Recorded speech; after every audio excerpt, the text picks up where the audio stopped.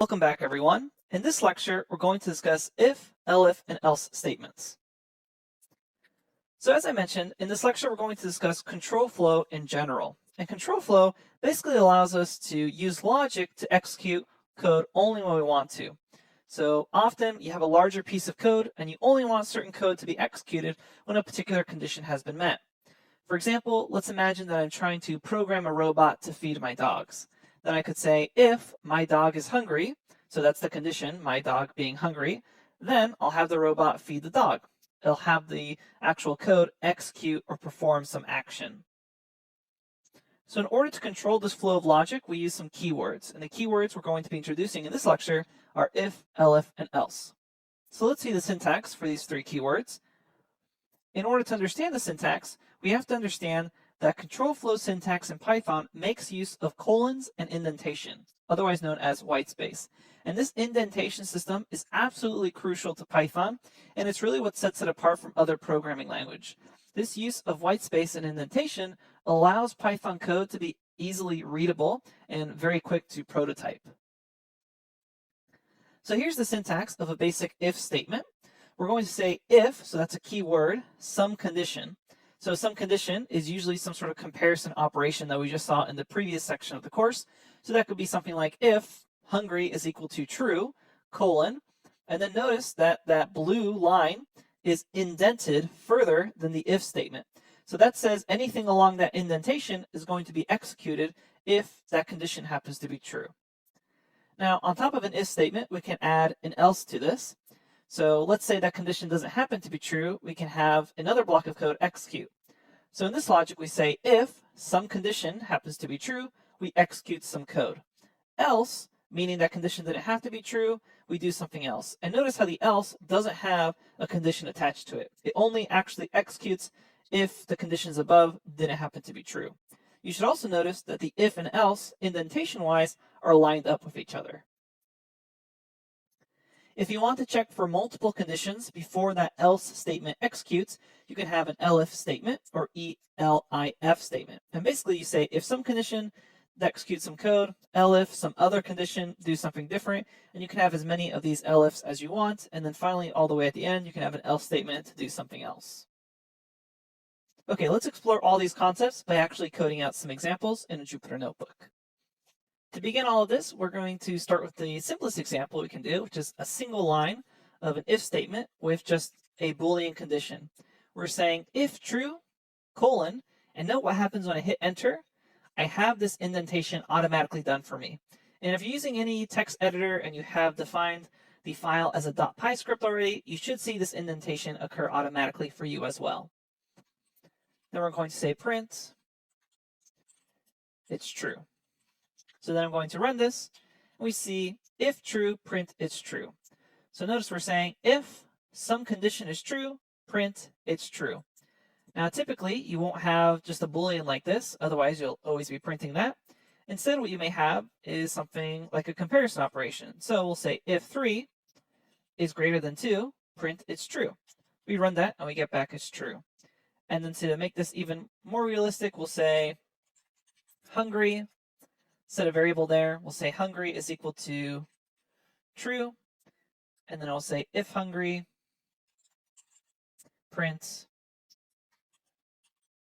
feed me. And if we run that, we see that we get feed me. We can also then set hungry to false, and now if I run this code again, notice I don't get back anything else. So I have some condition, and it happened to be false, meaning this block of code didn't execute. What I could do is add in an else statement to execute if this condition doesn't happen to be true. So we hit enter again, and then we hit backspace in order to line up our else block with that if statement. So if we want this else to be lined up with this if, they need to be at the same indentation in our code. And a lot of times when you're working with any text editor, it'll kind of automatically line things up for you, so keep that in mind. So else doesn't have any other conditions attached to it because we're only going to execute else if none of the conditions above happen to be true. So right now we're saying if you're hungry, print feed me. Otherwise, print I'm not hungry. I'll run this, and right now, because hungry was equal to false, we're getting back I'm not hungry. If we change hungry to be true, we get back feed me. What's also important to notice is that I'm just passing right here hungry by itself as a Boolean. I don't actually need to do something like this. Check that hungry is equal to true, because hungry by itself is already a Boolean. And we'll explore that example later on in more detail. So if hungry prints feed me, else prints I'm not hungry. Okay, now let's discuss multiple branches using if, elif, and else. So let's look at another example. I'm going to say LOC, which stands for location, and I'm going to set that equal to bank. So I have a location, it's equal to bank, and I'm going to say if my location is equal to an auto shop, I will print cars are cool. Else, I'll print I do not know much. So when I run this, it says I do not know much because the location was bank, and we have location equal to auto shop, print cars are cool, so that didn't execute. So then we have else printing I do not know much. What we can do is check for other conditions using elif. So let's pass in another condition here. We'll say elif, the location, is equal to the bank, then print money is cool, as I'm sure everyone at the bank says. And then we run this, and we get back money is cool. So here we can stack on as many conditions using an elif statement. So we can add in more elifs for more conditions. We can say LOC is equal to store, colon, print, welcome to the store. We run that and we still get back money is cool, but as soon as we start changing this condition, let's change it to auto shop. We run that, we get back cars are cool. If we change it to store, we get back welcome to the store. And if we change it to something else that's not in any of these conditions, then we'll have the else block code execute. So let's see what that looks like. Let's say we're going to some game, and it says, I do not know much. Perfect. All right, just to drive this point home of indentation and white space, we're going to do one last very simple example, pretty much exactly the same as the last one. Let's define a name. We'll say Sammy, and we'll say if this person's name is equal to, let's say Frankie, we'll print out hello Frankie. Then we'll say elif, we have some other name. If elif name is equal to Sammy, print out hello Sammy. And then typically for your else condition, it's going to be something where none of the other conditions were met. So a good thing to do here would be ask the person what their name is. What is your name? And later on in another lecture, we'll actually learn how to get input from the user. But for right now, let's focus on a couple things here. Note the indentation, and note how if, elif, and else are all lined up with each other, and their respective blocks are all indented. And then we also have this colon at the end of these conditions. So now when I run this, we should expect to see hello Sammy. And if I were to change this to Frankie and run it again, I get back hello Frankie. And if I change this to a name that's not there, like Jose, I get back what is your name? All right, that's the basics of if, elif, and else. They seem pretty simple, and hopefully they were pretty straightforward to you. Later on, we're going to use them to create really nice large pieces of code. Welcome back, everyone. In this lecture, we're going to discuss for loops. Now, many objects in Python are iterable, meaning that we can iterate over every element in the object, such as every element in a list or every character in a string. And we can use for loops to execute a block of code for every iteration. So I want to focus a little bit on this term iterable because you hear it a lot, especially in Python documentation, and it's kind of a strange term if you've never heard it before. So all this term means is that you can iterate over the object, and that means you can perform an action for every thing in that object. So for example, for every character in a string, you can iterate through that string and then do something for every character. Often maybe you want to print out every single letter in that string or every single character in that string. So that means the string is an iterable object. You can work through it. You can also iterate over every item in a list. That means the list is iterable. And then you can iterate over every key in a dictionary. So the dictionary itself can also be iterated over. So kind of a little funny term there, but just think of it as a way of going through something. So let's go over the example of the syntax of a for loop. So this is the syntax of a for loop right here. Notice that we have a list defined, and then we have a couple of keywords, and then we're performing some actions. So let's focus on each aspect of this syntax. We start off with this statement, and this is just an assignment. We're saying my iterable, we're choosing that as a variable name. This could be my list, my items, my dogs, whatever you want, is equal to, and in this case, we're choosing a list. We're going to see other examples of other iterables in just a second. So we make some sort of assignment. We have a variable name there. And then we're going to say for, so that keyword for, item name. So this is a variable name that you can choose that's going to be a bit of a placeholder for every single item in your iterable object. So in this case, the item name actually represents the numbers in that list. Then we say in, so another keyword there, and then the variable name that you chose, in this case, my iterable. So we're saying for every item or item name in this list of 1, 2, 3, then we have a colon, and then we have some white space, and then we perform or execute some block of code. In this case, we're saying print item name. But you didn't have to actually use the item name. You could have just printed hello 3 times. So we're going to show more examples of that. But that's the basic syntax for a for loop. So let's actually explore these concepts in a Jupyter Notebook and try to build a deeper understanding. So we're going to perform for loops for a bunch of different objects in Python. And I think by the end of this lecture, you're going to have a fair understanding of the basic idea of for loop and how to work with them. And this is really where you begin to level up your skills. So before, we've basically just been learning about data types, objects. We haven't really been able to construct anything yet. Once you start learning about control flow and for loops, and later on while loops, and then after that functions, etc., this is where we really start to be able to construct logical programs. Okay, so it's an exciting leap. Let's head to the Jupyter Notebook and get started. All right, let's begin with a simple example. I'm going to create a list called my list, and we're going to set this equal through the numbers 1 through 10. We'll say 1, 2, 3, 4, 5, 6, 7, 8, 9, and then finally 10.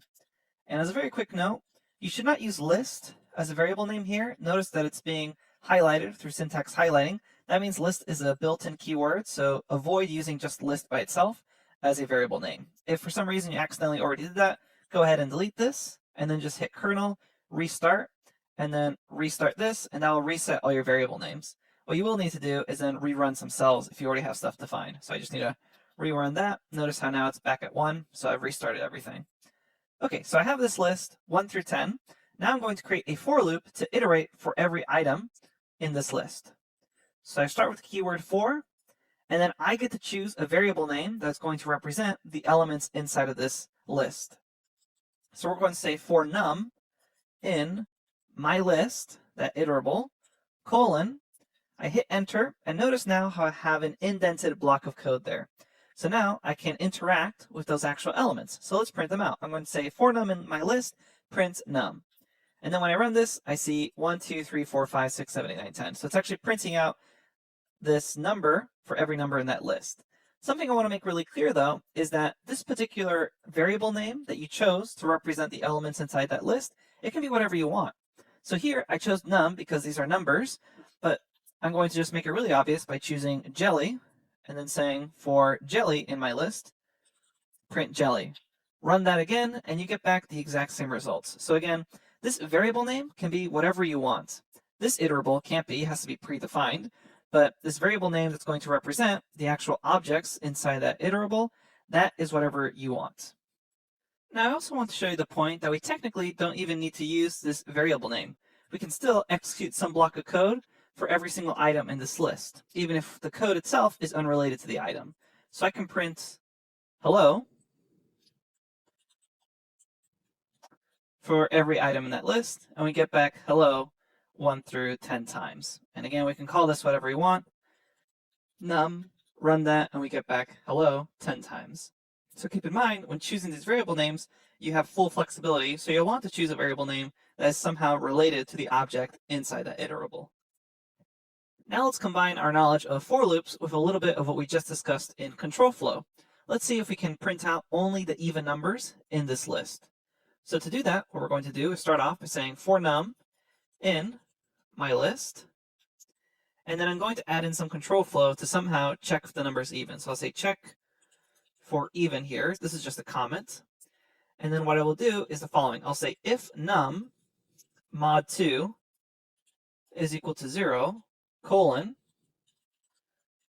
print the number. So what I'm doing here is I'm saying, okay, for every number in that list, if the num mod 2, so remember that's the remainder when you divide by 2, is equal to 0. So if there's an even number and you divide it by 2 and the remainder is 0, then you can go ahead and print that number. So then when we run this, here we have all the even numbers, 2, 4, 6, 8, 10. And I can add even more control flow by attaching an else statement to this if statement, and then say print odd number. And we can even do some f-string literal formatting, so I can say if odd number, right there, run that, and it says odd number 1, 2, odd number 3, 4, odd number 5, 6. So this is some good work here as far as combining for loops with the control flow from before. Key things to note here is the indentation. So luckily Python is very clean because of the use case of indentation. So everything at this indentation level is inside of this for loop. So this entire block of code is going to execute for every single number in that list. And then we can see that this print num is only going to execute when this if statement is true. And this else indentation is lined up with this if. So we say if, this case, print num, else, and then we print out the odd number. And again, using some f-string literal here to nicely print out that number itself. All right, let's move along. So another common idea for a for loop is to keep some sort of running tally during multiple loops. And later on, we're going to show you the enumerate function, which kind of does this for you automatically. But for right now, what I'm going to do is say list sum is equal to 0. So let's try to get the sum of every number in that list. So I will say for num in my list, I will say the list sum is equal to the current list sum plus the number. And then I'm going to, outside of this for loop, print out the list sum.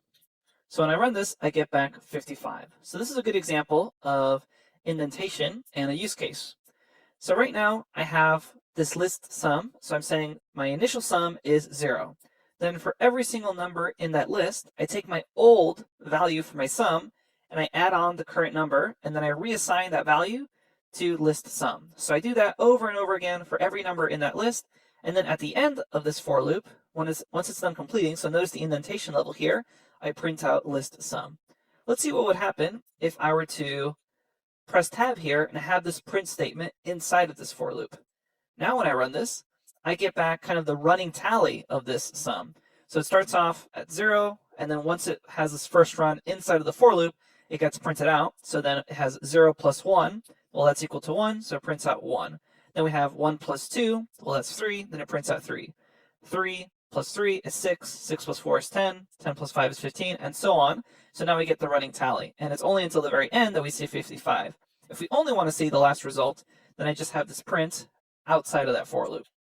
So that's why indentation and white space is so important. So we just saw how to use for loops with lists, but what about strings? Remember, strings are a sequence, so that means we can iterate through them, and we'll be accessing each character in that string. So we'll say for letter in, and let's create a string. We'll say my string is equal to hello world. Then for letter in my string, colon, print out that letter. And I run this here, I can see HELLO space WORLD. So that's the way we can actually iterate through a string itself. And technically, you don't need to actually assign a variable name to the string. What you could do is just straight up put the string here. So we could say for letter in hello world, print letter. And we get back the exact same result. And I really want to drive this point home. You can call this whatever you want. So this letter variable name, you can say GHGH, and as long as it's the same thing inside of this, and you run this, you'll get back the same result. And the other thing I want to stress is that you technically don't even need to use this variable. So a lot of times what people do as they get more advanced in Python, for some reason they want to iterate something a certain amount of times. So imagine I wanted to print cool for as many times as there are characters here. So I see cool, cool, cool, cool, cool. what they do is instead of assigning this variable name, they just use an underscore. And that's really common syntax for when you don't intend to actually use that variable name as you iterate through. So they just use a simple underscore there. That way it's a little more readable. Okay, so that's iterating through a for loop. You can also use the same iteration for a tuple. So I can say tup is equal to 1, 2, 3. Then for item and tup, print out the item, run that, and I get back 1, 2, 3. Now, I want to mention tuple unpacking. So tuples have a little bit of a special quality when it comes to for loops. So if you're iterating through a sequence that contains itself tuples, the item can be used with tuple unpacking. So let me show you what I mean by this. I'm going to create a new list called myList, and I'm going to set this equal to a list of tuples. So here I have square brackets, and I'm going to make some tuple pairs. We'll say 1, 2, comma, then 3, 4, comma, 5, 6, comma, 7, 8. So notice what I have here. I have a list, and then there's tuple pairs as items in that list. So if I check out the length of my list, I have 4 items in it, where every single item is a tuple pair. So let's print out those items themselves. So for item in my list, print out the item. And when I run this, I actually see the tuples themselves. 1, 2, 3, 4, 5, 6, 7, 8. This sort of data structure is extremely common in Python. And later on, we're going to see that a lot of built-in Python functions actually take advantage of this built-in structure and return back tuples inside of a list. And the reason for that is something called tuple unpacking. Right now, we had to print out every single item inside this tuple. But what I could do is the following. I could say, let me delete this print statement. I could do the following. I could say for, and make kind of a temporary variable name that looks like a tuple here. So for AB in my list, then I can print the variable A, and then print the variable B. So note what happens now. I'm saying 1, 2, 3, 4, 5, 6, 7, 8. So what's actually going on here? Well, this is called tuple unpacking, where you kind of duplicate the structure of the items, in this case tuples, inside of this sequence, and then unpack them. So now I have access to the individual items. So if I only want to print out the first item in those tuples, so I run this, I get back 1, 3, 5, 7, because now I'm only printing A. So this is known as tuple unpacking, and technically you actually don't need these parentheses here, so it's a lot more common to see it done this way, with no parentheses. So now I say for AB in my list, print A. Let's see what happens if we print B. We should get back all those even numbers. So that second half, that 2, 4, 6, 8. So again, this is tuple unpacking. And you're going to be using it a lot as you start working with more built-in Python functions, because a lot of things will return kind of pairs and sequences in this manner, where you have a list of tuples. And I want to show you one more example. Let's say my list is equal to a list 1, 2, 3, 1, 2, 3. Well, let's make it some different numbers.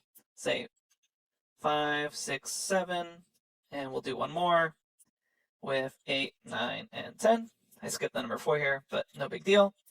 We'll say for item in my list, print item, and there are my 3 tuples, but I can do tuple unpacking here. So the way I can do that is make up 3 variable names, separate them by commas. So I can say A, B, C.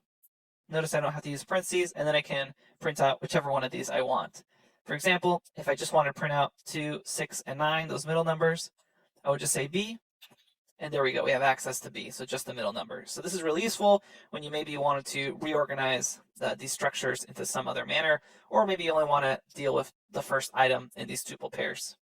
Okay, so that's tuple unpacking, and now let's finish off this discussion about for loops by discussing how to iterate through a dictionary. So to do that, we're going to create a dictionary called D.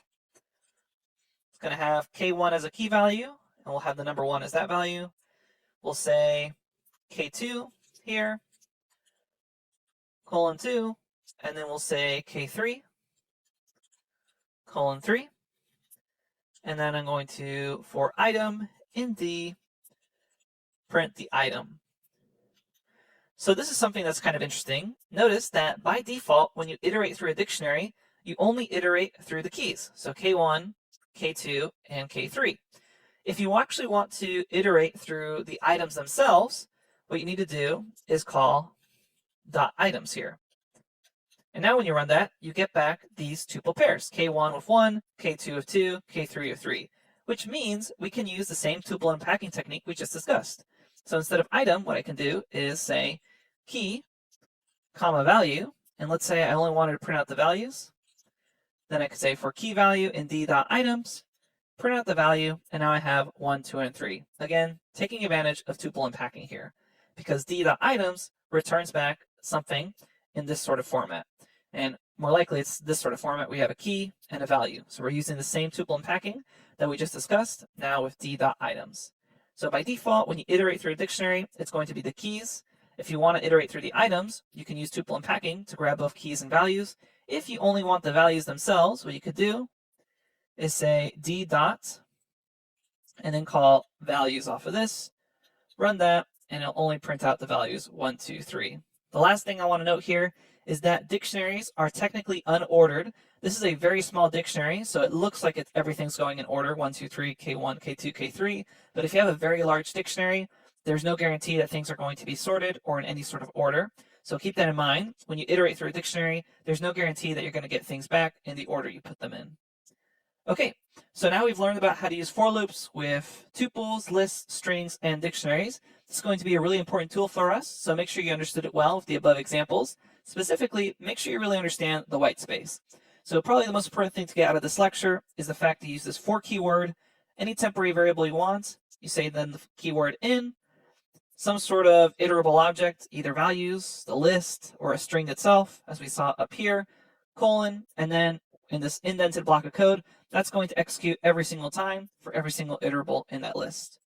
Thanks everyone, and if you have any questions, feel free to post them to the Q&A forum. Everyone, let's now take some time to talk about while loops. While loops will continue to execute a block of code while some condition remains true. So for example, if we try to relate this to a sort of real life scenario, while my pool is not full, maybe I want my program to keep filling my pool with water. Or if I'm designing a robot with some code, while my dogs are still hungry, keep feeding my dogs. So let's explore the syntax of a while loop. It's actually quite simple. We're going to say while, and then some sort of Boolean condition. So we'll usually have some sort of comparison operation check, and a lot of times it's going to be while some variable is true, or is equals true, then colon, and then a block of code. And that block of code, in this case represented by do something, is going to continue to execute while the condition is true. Now we can also combine a with statement with an else statement if we want.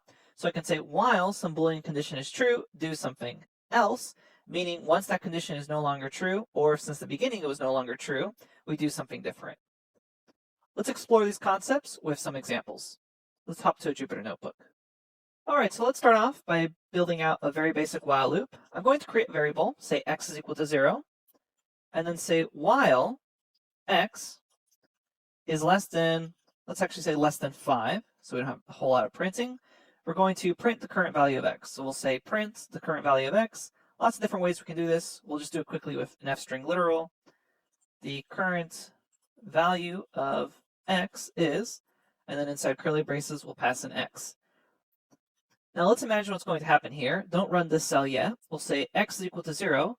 While x is less than 5, I'm going to print out the current value of x. So if I were just to run this, basically I would say the current value of x is 0. And that would happen over and over and over again because x isn't changing.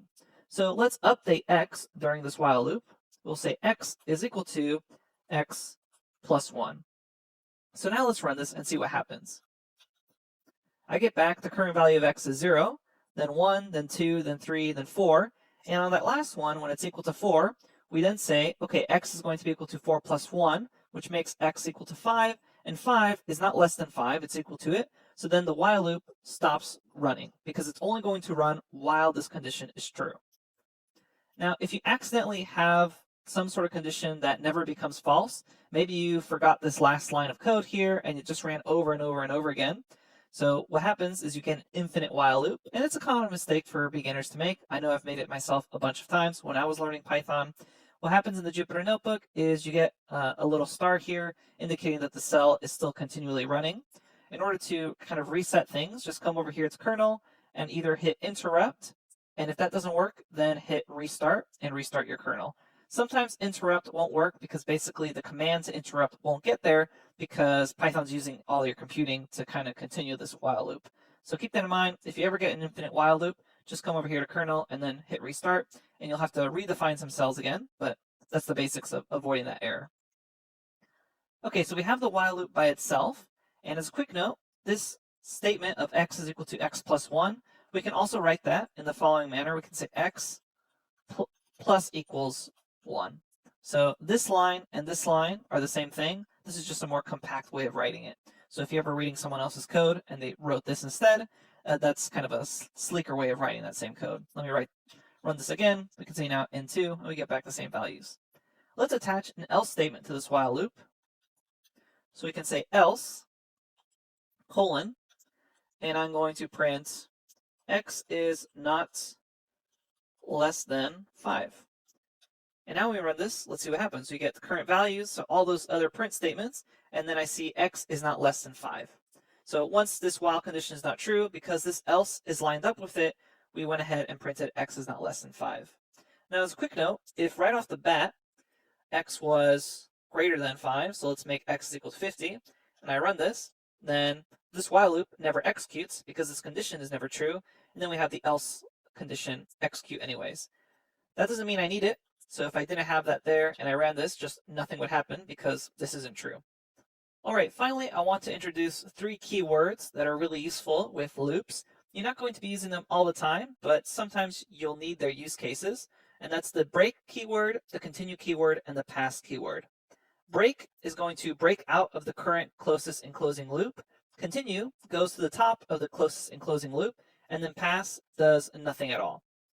So let's start a little bit backwards here. Let's go with pass, and we can show this actually with a for loop. It might be a little simpler here. We're going to say for, let's make a quick list. We'll say x is equal to 1, 2, 3, and then say for item in x, colon, and let's say we didn't quite know yet what we wanted to do here. We essentially want some filler. If I just have a comment here, and I try running this, so when you attempt to run this, you actually get an error. It says syntax error, unexpected, end of file, while parsing. And what that means is Python, because it uses indentation and white space as a crucial part of its code, it expects you to basically have something here. Even a comment isn't enough to fill it. So often what you can do is have the pass keyword, and the pass just says do nothing at all. And a lot of times programmers keep it as a placeholder to kind of avoid a syntax error. Because you can imagine if I'm writing a larger piece of code, and I know eventually I want to come up and fill out this for loop, but right now I don't want to deal with it. Let's say I wanted to print end of my script over here. Now when I run this, I don't get that syntax error, and I'm still able to print out my script. If I just have the comments, I get an error because it's expecting something to happen after this colon. So in order to avoid that, you can use the pass keyword, and you're going to see the pass keyword used a lot when we start building out functions and methods ourselves, because often when you're programming, you'll create a little holder for a function, but you don't want to test it right away. So you use the pass keyword as something to put in place there, so you avoid syntax errors, and you're also safe because you know pass doesn't do anything. It just says, well, I'll pass this, and I'm not going to do anything. All right, so that's the pass keyword, does nothing at all. Continue goes to the top of the closest enclosing loop. So let's show you an example of that. And we'll actually use for loops again for this. We're going to say my string is equal to Sammy. So let's have that there. And we'll say for letter in my string, print out the letter. So here we see Sammy printed out. Now what I'm going to do is, let's imagine that I actually didn't want to print the letter A for whatever reason. I could do the following. If the letter is equal to lowercase a, colon, continue. And now when I run this, I'm not actually printing out the letter A. So what's happening here? Well, continue basically tells this program to go back to the top of the closest enclosing loop. So here's continue, and we have a loop up here for letter in my string.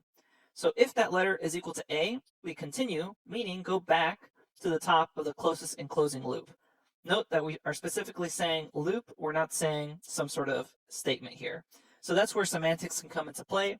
But what this is saying is if the letter is A, go ahead and continue and go back to the loop. So that's how you can use the continue statement. If you're a beginner in Python programming, it's definitely not something that comes up a lot in your beginning code. It's going to happen that more naturally you'll start using it much later on. So be aware of it, but don't worry about use cases right now. You won't really be using it that often. And then finally, break breaks out of the current closest enclosing loop. So let's see what happens if we replace continue here with break instead. Now when we run this, what happens is instead of going back to the top of the closest enclosing loop, it breaks out of the current closest enclosing loop, meaning it just breaks this loop and stops this loop if that letter is equal to A. So that's actually really useful, especially with while statements. So let's see an example of using break with a while statement. Let me zoom in here just so we can see this clearly. I'm going to do the same thing as before. We'll say x is equal to 5, and then we'll say while, actually let's make it equal to 0 here, just as we did before. While x is less than 5, print out x, and then we'll say x is equal to x plus 1. So when we run that, as expected, I get 0, 1, 2, 3, 4. But let's imagine I wanted to break this while loop if x was ever 2. Then I could do the same thing here. I say if x is equal to 2, at any moment, go ahead and break out of this while loop. Now when we run this, we only get back 0 and 1. Okay, so that's the basics of this break, continue, and pass keyword. So what we covered in this lecture was the while loop. So while some condition is true, execute this block of code. Be careful here because if you accidentally say while and this condition is constantly true, you may have to restart your kernel. If you're running a Python script and you end up getting that error that the while loop is just never closing, you should try Control-C. That typically interrupts. So you can even see here, interrupt, it says Control-C to go to the kernel. All right, then we have the break, continue, and pass keywords. Again, not going to be using these right off the bat, especially things like continue, but we'll probably be using break a little more, and then once we get used to functions, we'll be using pass a little more, and then much later on we'll be using continue. But you should be aware of these keywords now that you understand both for loops and while loops. Welcome back, everyone. In this lecture, we're going to discuss a few built-in functions and operator keywords in Python that didn't really fit well into any of the previous categories. However, they're still really important, and they're going to really enhance your ability to program with Python. Let's open up a Jupyter Notebook and quickly run through these. Let's begin by talking about the range function in Python. Notice that often we were creating lists that were just a series of integers, such as 1, 2, 3, or 1, 2, 3, 4, 5, etc., all the way up to 10. Because this is such a common task, Python actually has a built-in operator for this, and there's two ways you can use it. One is you can iterate through it, so I can say something like for num n, and then we use the keyword range, and it takes a couple of parameters. You can do shift tab here to see the parameters it takes, but basically it has a start, stop, and optional step size. So start is technically also optional. Let's show you how we can actually use these. So if we just indicate a single number, such as 10, and we say print num in range 10, what it's going to do is it's going to generate the numbers from 0 all the way up to, but not including 10. So that all the way up to, but not including, that's very similar to that slicing syntax we saw earlier in the course. So for num in range to 10, print number, and here we see 0 through 9. Now let's say we wanted to actually specify a starting index position for the integers. We could say start at 3, go all the way up to, but not including 10.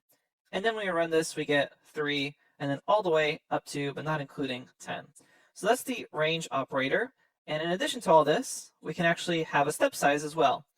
So we can add a third argument for step size, and that gives us the even number. So that's taking jumps in steps of 2 from 0 all the way up to, but not including 10.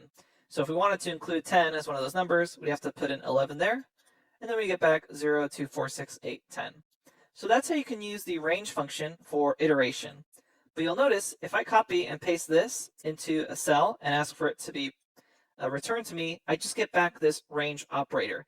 And it's because it's a generator. So if I actually want the actual list of numbers, what I can do is cast it to a list, and then I get back the list of numbers.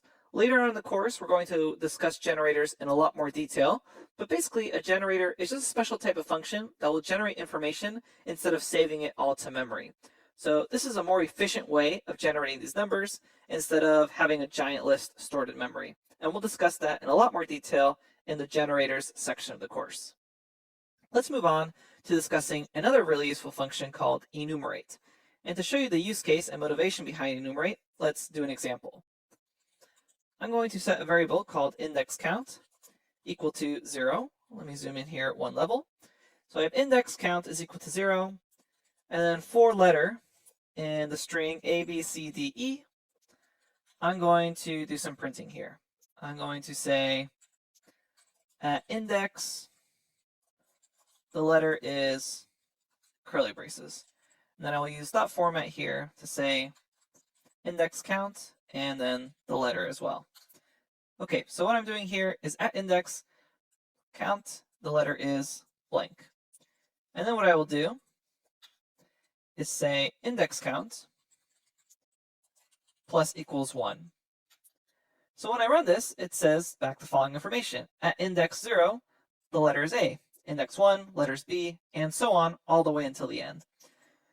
Now this is such a common operation that what we're going to do is use the enumerate function to replicate this. And the reason this is very common is because a lot of times you will want to have some sort of counter for how many times have you gone through this for loop, or what index position you are at in this particular string.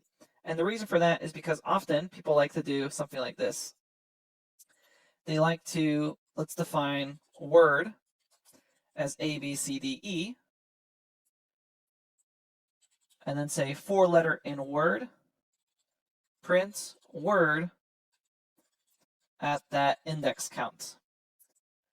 And then we say index count plus equals 1. So what's actually happening in this loop? Well, we're doing the following. We have an index count starts at 0, and we have a word string A, B, C, D, E.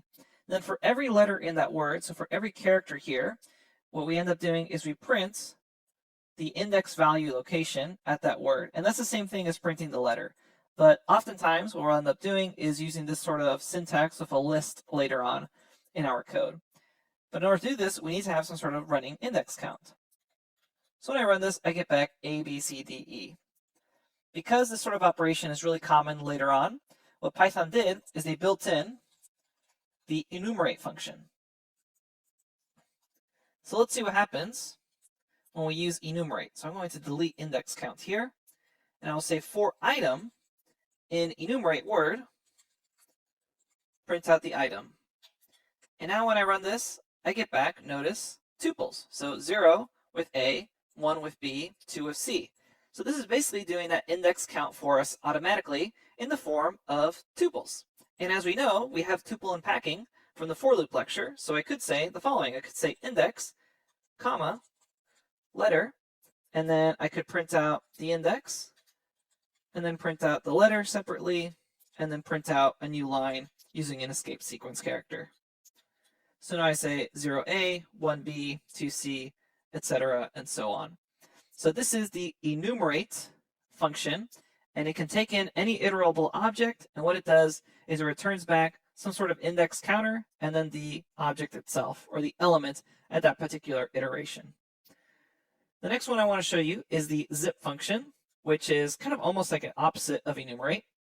What it does is it zips together two lists. So I'll say my list 1 is equal to 1, 2, 3, 4, 5. And I'm going to make my list 2 equal to A, B, C, D. Actually, let's just do A, B, C, 1, 2, 3. That way they match up. And then what I will do here is I will zip them together using the zip function. Now, if I just run zip, I don't get back anything. It just says, hey, you have this zip generator waiting for you at this location in your memory. If we actually iterate through it, so if I say for item in zip my list, and then I print out the item, notice back we get back this list of tuples. So previously in that for loop lecture, I mentioned that tuple unpacking is going to be a really useful thing because a lot of built-in functions in Python return back a list of tuples. And this is one such function. The zip function will, just like a zipper on a jacket, zip together these two lists and pair up these items so that they match together. And you can actually do this with more than just two lists. So I could say my list 3, and let's set this equal to some digits here. We'll say 100, 200, 300, and I could pass in this as another thing, my list 3, and now I can see the output is these tuples of 3 items. A common question is what happens if these lists are uneven? Well, we can check that. Let's add in a bunch more elements to the first list. So we're going to say 4, 5, 6 here. Now when we run this, we actually get back the same results. So keep in mind, zip is only going to be able to go and zip together as far as the list, which is the shortest. So it won't give an error, it'll just ignore everything else that's extra. You see here that we iterated through the zip, but if you actually just want to get the list itself, you can just cast it using list. So we can say list of zip, and then we'll put these lists together. And there you go, 1A, 2B, 3C. All right, that's the zip operator. Very useful for zipping together two lists if you want to later use them together using tuple unpacking. So as I mentioned, you could unpack these. So I could say A, comma, B, comma, C, and maybe just print out B here, and I only get back the letters. Now I want to show you the in operator. We've already seen the in keyword during the for loop, but we can use it to quickly check if an object is in a list. I can say is X in the list 1, 2, 3, and it'll return back a Boolean, true or false. Is it in 1, 2, 3? I could also use it for a list of letters. So for example, let's now say X, Y, Z. And now it returns true because X is in that list. So this is a really nice way to quickly check if something is in a list. So now let's change this to 2 in 1, 2, 3, and it gets back true. The in keyword, it also works on other iterable object types, so it works in strings as well. You can say, is A in a world? And it returns back true. This also works in dictionaries as well for their keys. So I could say, my key, and then check if it's in a dictionary. Let's quickly create one that has that key, my key, and let's give it some value, 345. And it returns back true because my key is in this dictionary. If you wanted to check if it's in items or if it's in the values, then you could just call that itself. So to show you what I mean by that, let's get back this dictionary. And then I could say, hey, is 345 in D dot values? And it returns back true. If I asked for keys, it returns back false. So that's the in keyword operator. Very useful for quickly checking. I like to use it a lot when working with strings.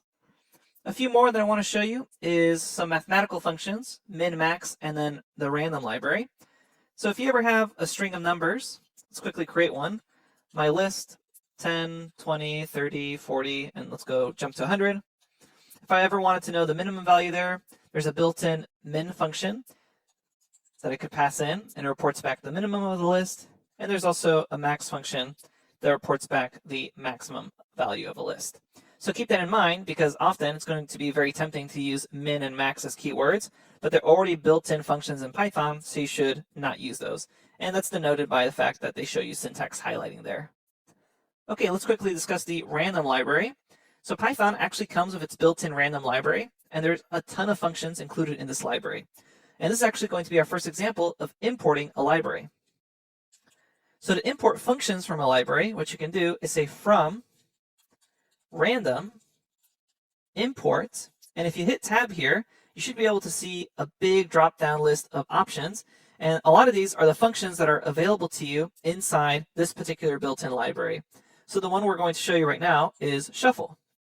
So what this is saying is, hey, from that random library that's built into Python, import the shuffle function. And later on in this course, we'll discuss how to download other libraries from the internet. But for right now, random's built in. So now we have this shuffle function, and what it does is it randomly shuffles around any sort of list. So let's create another list, and let's make it in order. So 3, 4, 5, 6, 7, 8, 9, 10. And if we shuffle this list and then call the list again, it's now shuffled or scrambled. And if we run this shuffle again, so notice here I'm going to run that one more time, it's going to reshuffle the list. You should also note that it's actually not returning anything. So if I asked for this, random list is equal to shuffle, that's not going to work because it's not returning anything. So it's going to just say, hey, there's nothing there. And if you check out the type of this, it again says none type. So this is an in-place function, meaning it operates in place on that list. So if I check out my list, now it's still scrambled. Okay, so that's my list, and that's the shuffle function for shuffling a list. There's also a really nice function for grabbing a random integer. So we can say from random import rand int, and that allows us to quickly grab a random integer. So I will say rand int, and what we do here is we pass in a lower range and an upper range. So I can say rand int from 0 to 100, and it returns back some random integer. And if I do this again, from 0 to 100, another random integer. And most likely your numbers will be different than mine because, again, it's random. And because this is returning something, I can save it. So I can say my num is equal to rand int, 0 to 10, and then I can later on use that number. Finally, let's show you how to accept user input, and it's actually quite easy with the input function. So we use the special keyword input function, and then we have the text that wants to show up when we actually ask the user for input. So I'll say, hey, enter a number here, colon space, and when you run this, now Python's asking you to enter a number. So we'll go ahead and enter one. We'll say 50, and there we go. Now it has 50. Typically what you're going to do is save this as some sort of result. So you'll say, hey, whatever variable you want is equal to input. And this phrase, you can say whatever you want. So we could say, what is your name? We run this, and then it says, what's your name? I'll type in Jose. And then later on in your code, what you can do is refer to result, and we get back Jose as a string. So that's the basics of input. The thing you got to watch out for is that input always accepts anything that's passed into it as a string. So let's go back to that number example. So we'll ask the user, hey, what's your favorite number? When we run that, if I pass in 30 and I hit enter there, and then I ask for the result, it's actually the string version of 30.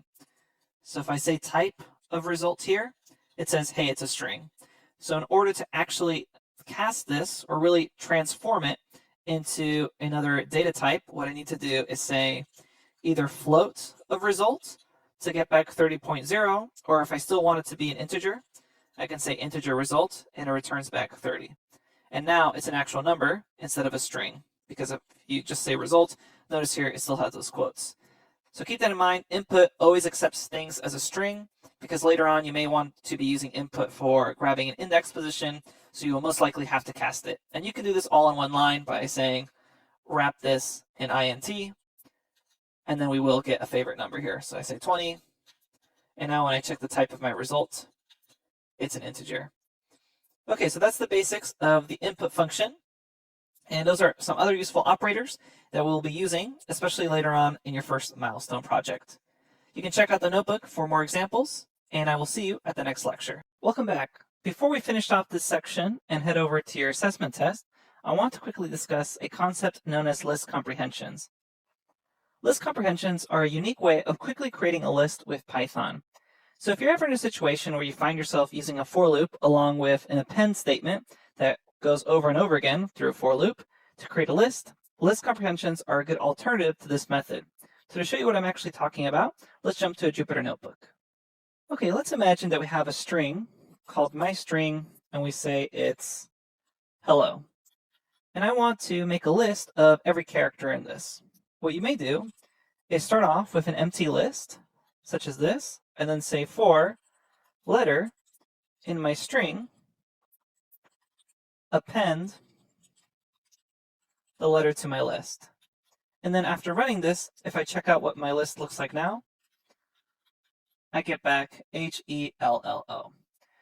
So this is something that's really common for beginners to do. They create an empty list, and then they iterate through some other iterable, and then they append whatever object that is or whatever element that is to their list.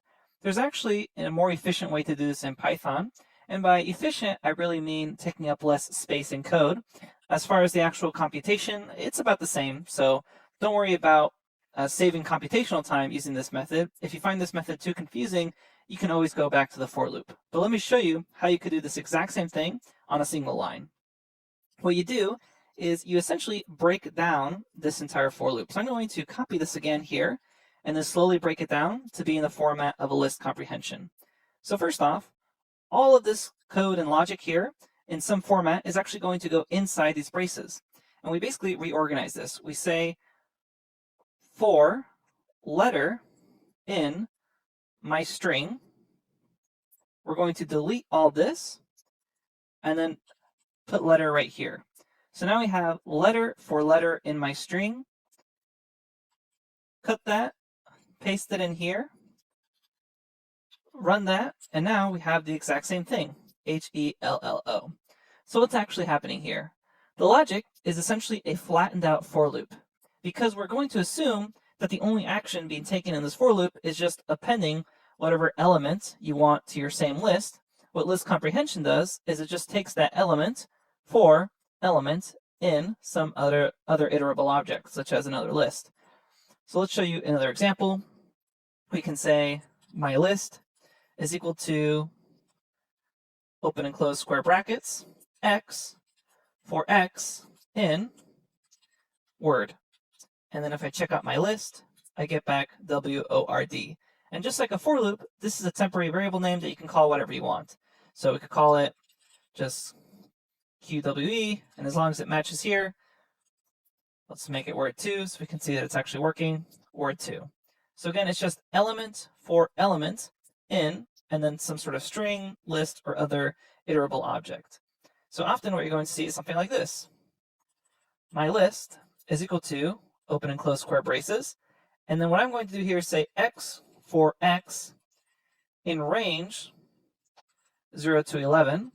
So now my list are those actual numbers. So instead of saying x, what I'm going to do is say num, because that's a little clearer to me. So I have this flattened out for loop. Now you may be wondering, well, is this all it can do? And that's actually not all it can do. In fact, you can begin to perform operations on this first variable name. So if I wanted to grab the square of every number in that range, what I could do is perform the operation here. So I'm saying number squared for num in range 0 to 11. So then when I rerun this, now I get back the squared versions of that.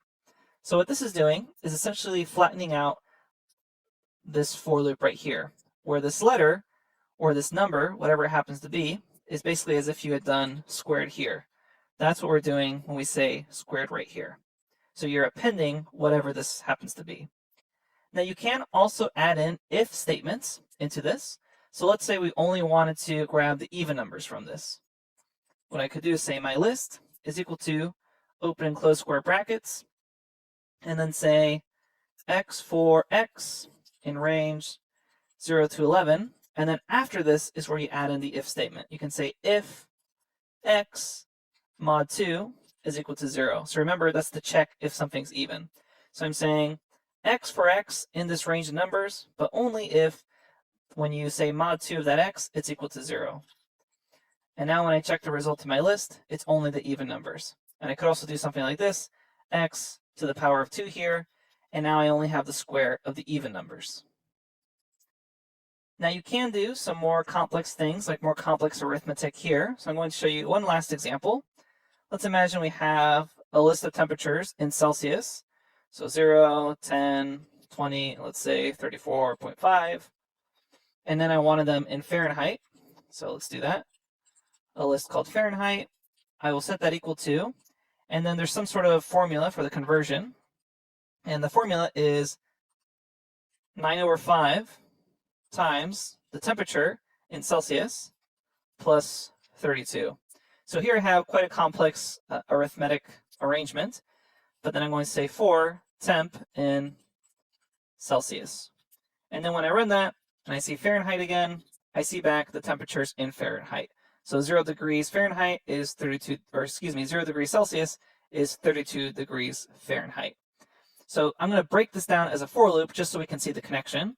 This is the exact same thing as me doing the following, as me saying Fahrenheit, set that equal to an empty list, and then say for FOR, temp in Celsius, Fahrenheit, append, and then just doing this sort of thing right here. Just grabbing this and putting it in there. So this is the exact same thing, and if I check out Fahrenheit, I get back the same result. So what I would suggest is you basically freeze this video right here and see if you can build out the comparisons between this flattened version for list comprehension and this version for the for loop. Because all we're really doing here is flattening out and getting rid of this append functionality, because it's essentially implied by default when you put it all in this list comprehension. Now, often I'm asked by students as they review their list comprehension, hey, am I able to do if-else statements inside of a list comprehension? And the answer to that is yes, you can, but the order is going to be a little different. And before I show you this, I want to emphasize that above all else, readability and reproducibility in your Python code should be the most important thing, not trying to do slick one-liners. And list comprehensions can kind of fool you into thinking you're becoming a really good programmer when in fact you're writing just kind of really one-liners that are really ugly and it's hard to read when you come back to them a month later. So keep that in mind. I am going to show you right now how to do it, but I myself typically don't do this because it's really hard to read once you come back to it. But let me show you how to use an if and else statement inside of a list comprehension. So the way we do this is, let's say results. We're going to set that equal to, and the order is a little reversed here. You say x if, and then you have your if statement. So we'll say x if x mod 2 is equal to 0. And then we have our else statement, else do odd. And then we say for x in, and then we can say range 0 to 11. So this is kind of weird because now the order has been totally reversed, different than what I said up here. So that's why I also recommend that you kind of take it easy when you're doing if-else statements in a list comprehension, because it can quickly become unreadable or confusing because the order is different. But when you run this and we check out our results, now I have a list where I have the even numbers, or basically the numbers where you mod 2 is equal to 0, and then the string odd if that's not the case. So that's you can use if-else in a list comprehension. Notice how the order is now different than just a simple if statement inside of a list comprehension. Also keep in mind that a month later when you're coming back to this, it's definitely going to take a little longer to read and understand what you were doing here. So be kind to your future self. One last note I want to show is you can also do nested loops in the list comprehension. This is going to be another topic where I would say take it easy at first because it can become quite confusing. But let me show you what I mean by a nested loop. We haven't actually seen a nested loop yet, so we'll introduce one first. Let's imagine I have my list as an empty list there, and I say for x in, and let's say 246. And then inside of this, I'm going to make another for loop. We'll say for y in, and let's say 100, 200, 300. I'm going to take my list, and I'm going to append x times y. So I run that, and then outside of those for loops, I print out my list, and I get back 200, 400, 600, etc., all the way to the end. So what is this actually doing? Well, it's going to take 2, multiply it by each of these numbers. Then it's going to take 4, multiply it by each of those numbers, resulting in this.